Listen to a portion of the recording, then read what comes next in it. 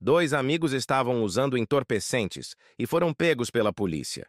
No dia do julgamento, o juiz, que estava de bom humor, disse: Vocês parecem ser boas pessoas, por isso lhes darei uma segunda chance. Ao invés de irem para a cadeia, vocês terão que mostrar para as pessoas os terríveis males das drogas e convencê-las a largá-las. Compareçam ao tribunal daqui uma semana, pois eu quero saber quantas pessoas vocês convenceram. Na semana seguinte, os dois voltaram e o juiz perguntou para o primeiro homem: Como foi sua semana, rapaz? Bem, eu convenci 15 pessoas a pararem de consumir drogas para sempre. 15 pessoas? Que maravilha! O que você disse para elas? Bem, eu usei um diagrama. Desenhei 2 círculos, um pequeno e um grande. Aí apontei para o círculo maior e disse: Este é o seu cérebro em tamanho normal. E depois apontei para o menor e disse: E este é o seu cérebro depois das drogas. Muito bem. Então ele se vira para o outro sujeito e diz: E você? Como foi sua semana? Eu convenci 249 pessoas. 249 pessoas? Incrível! Como você conseguiu isso? Bom, eu utilizei um método parecido com o do meu colega. Desenhei 2 círculos também, um maior e um menor. Mas eu apontei para o círculo menor e disse: Este é seu redondo antes da prisão. Uma mulher estava fazendo o curso de etiqueta e à noite se irrita com a maneira um tanto abrupta com que o marido investe sobre ela. Eduardo, me ouça. Diz ela muito séria.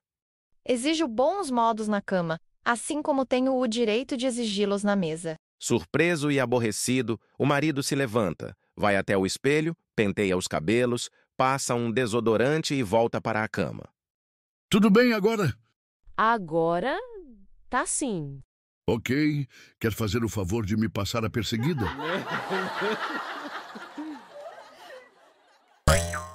O médico chega para o paciente e diz: Eu tenho 2 notícias para você, uma boa e uma ruim. Qual você quer ouvir primeiro? Comece com a ruim. Tudo bem. Aconteceu um engano e você teve as 2 pernas que não sentia amputadas. Meu Deus, doutor. Depois dessa, qual a notícia boa? A notícia boa é que o paciente do seu lado quer comprar seus sapatos. Um sujeito entra numa loja de artigos diversos e vê uma estátua de um rato. Ele gosta e pergunta o preço ao vendedor, que diz: São $100 pela estátua e $1.000 pela história dela. Eu não quero a história! Vou levar somente a estátua! Ele então sai contente da loja com a estátua do rato embaixo do braço. De repente, ele olha para os lados e vê ratos saindo dos esgotos e o seguindo. Ele começa a correr e logo percebe que todos os ratos da cidade estão correndo atrás da estátua do rato que ele estava carregando. Desesperado e sem saída, ele chega no cais e joga a estátua dentro da água. Os ratos então pulam atrás da estátua e morrem afogados. O homem volta à loja e o vendedor pergunta: Voltou para comprar a história da estátua? Não foi isso, não! Eu voltei para perguntar se você tem estátua de um roqueiro. E se tiver de um batera, eu também vou querer. Em um trem estavam um brasiliense, um gaúcho, um mineiro, um carioca e um goiano. Depois de algumas horas, o gaúcho abriu a sacola, pegou um belo pedaço de carne e mordeu uma pequena parte. Ele então jogou o restante pela janela e os outros observaram aquilo com um certo espanto. O gaúcho justificou: Isso é o que mais tem na minha terra! Passado algum tempo, o mineiro abriu a sacola, pegou um belo de um queijo e repetiu o ato do gaúcho. Todos os outros olharam para ele espantados, até que ele disse: Isso é o que mais tem na minha terra! Mais algum tempo e foi a vez do carioca. Ele abriu a sacola, pegou um saquinho de biscoito Globo, comeu um e jogou o resto do pacote pela janela. O espanto geral se repetiu e o carioca disse: Isso é o que mais tem na minha terra. Passaram uns 20 minutos, o silêncio reinava no vagão, quando de repente o brasiliense, sem nada dizer, levantou-se e jogou o goiano pela janela. Ei, você aí! Sim, você com esse dedo maravilhoso que ainda não clicou em curtir. Aproveita e ativa o sininho também. Ele não morde, só vibra. Não se esqueça de deixar um comentário, nem que seja um oi, tá? Só pra gente saber que você é real e não um robozão bonito.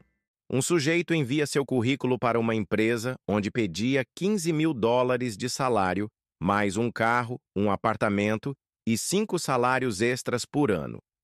Uma semana depois foi chamado então pela empresa e o entrevistador lhe diz: Estudamos seu currículo e vamos lhe dar $20.000 de salário, um apartamento de 5 suítes, um carro 0 quilômetro, e não 5, mas 10 salários extras durante o ano. Abismado, o candidato falou: Você está brincando? Sim, estou. Mas foi você quem começou. Um executivo de mais ou menos 45 anos de idade, bem apessoado, senta-se na poltrona do avião com destino a Miami. Ao seu lado, estava uma morena escultural sentada na poltrona junto à janela. Pernas cruzadas e perfeitas, saia curta mostrando um belíssimo par de coxas, seios no tamanho exato empinados, lábios carnudos, mas sem volume demasiado, enfim, uma deusa. A aeronave então decola e ele com uma vontade enorme de puxar conversa, mas a morena, impassível, lê um livro bem grosso com muita atenção. Passaram-se alguns minutos de voo e o executivo não se contém e fala: É a primeira vez que vai a Miami? Com uma voz muito sensual, mas de certa forma reservada, ela diz: Não, é uma viagem habitual. Ele fica animado e pergunta à morena: Trabalha com moda, por acaso? Não, viajo em função de minhas pesquisas. Desculpe minha curiosidade, mas você é escritora? Não, sou sexóloga. Mas que interessante. E suas pesquisas dedicam-se na sexologia a quê? Ela, tranquila e sempre com a mesma voz de veludo, diz: No momento, eu estou me dedicando na pesquisa de características do membro masculino. É trabalho demorado e muito difícil. Puxa, e a que conclusões você já chegou nas pesquisas? Bom, de tudo que pesquisei, eu concluí que os índios, sem dúvida, são os portadores de membros com as dimensões mais avantajadas e os árabes são os que permanecem mais tempo no coito. Logo, são os que proporcionam mais prazer às suas parceiras e, além disso, puxa, me desculpe, eu estou aqui falando e falando sem parar e nem sei seu nome. O executivo abre um sorriso e então fala: Mohamed Patachó, muito prazer em conhecê-la. Um judeu estava em seu leito de morte e seus filhos foram lhe visitar no hospital. Jacozinho, você tá aí? Sim, papa! Jacozinho tá aqui! Mocha, cadê você, Mocha? Mocha está aqui, Papa. Sara, onde está você? Papa, Sara tá aqui. Mas, e quem está tomando conta da lojinha? Um brasileiro estava tranquilamente tomando seu café da manhã quando um americano, mascando chicletes, senta-se ao lado dele. O brasileiro ignora o americano que, não se conformando, começa a puxar conversa. Vocês comem esse pão inteirinho? Claro que sim. Nós nos Estados Unidos não comemos. Nós comemos só o miolo do pão. A casca, nós vamos juntando num container, depois processamos, transformamos em croissant e vendemos para o Brasil. O brasileiro ouve aquilo e fica quieto. Vocês comem esta geleia com pão? Claro que sim. Nós não comemos, não. Nós comemos frutas frescas no café da manhã. Depois jogamos todas as cascas, sementes e bagaços em containers e depois processamos, transformamos em geleia e vendemos para o Brasil. O brasileiro não aguenta e diz: E o que vocês fazem com as camisinhas depois de usadas? Jogamos fora. Por quê? Nós não. Vamos guardando tudo em containers, processamos, transformamos em chicletes e vendemos para os Estados Unidos. Conversa de duas menininhas. O que você vai pedir de aniversário? Uma Barbie. E você? Eu vou pedir um OB. OB. Que isso? Não sei, Mas na televisão, eles falam que com um OB, a gente pode ir à praia, andar de bicicleta, montar a cavalo e dançar.